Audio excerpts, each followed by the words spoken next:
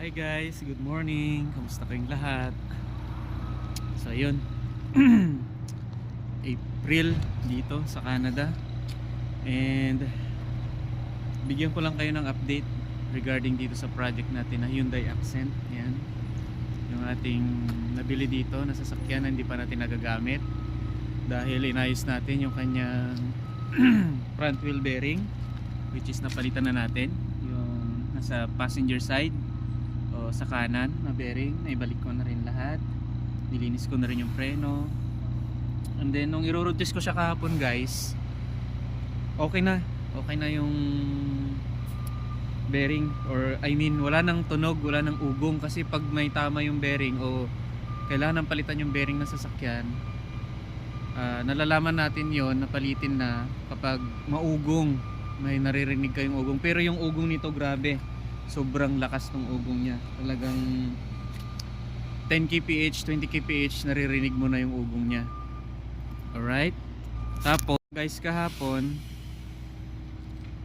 nung i-road test ko na siya, may napansin ako sa windshield, which is yun nga, nagkaroon siya ng crack. Ewan ko kung nakikita niya habang nakapark siya dito. Kasi nung nabili ko to walang crack eh. Ito oh, ito siya oh. Ito siya oh. Halata siya, di ba? Andiyan oh. Sa driver side, ayan. Ayan yung crack. Ayan. Dito nag-umpisa guys, parang may tumama na bato or ewan. Tapos gumapang yung crack papunta doon. Driver side pa naman yung ano, yung natamaan. Eh may kamahalan to guys, yung magpalit ng ano dito, windshield.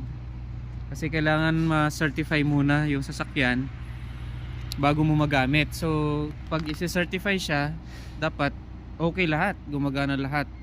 Tapos yung windshield niya, as much as possible walang crack. Ito medyo malaki, damage na talaga siya.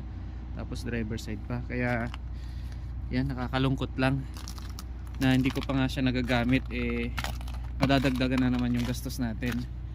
Kinuha natin to kasi minor lang yung issue niya eh. Ang issue lang niya talaga ay bearing lang. Bearing tapos gulong.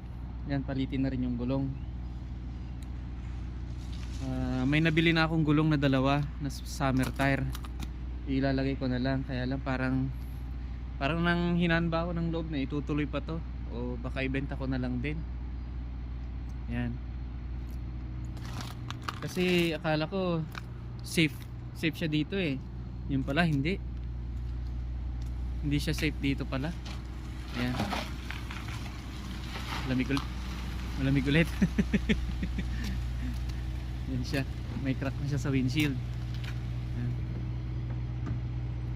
Yan lang.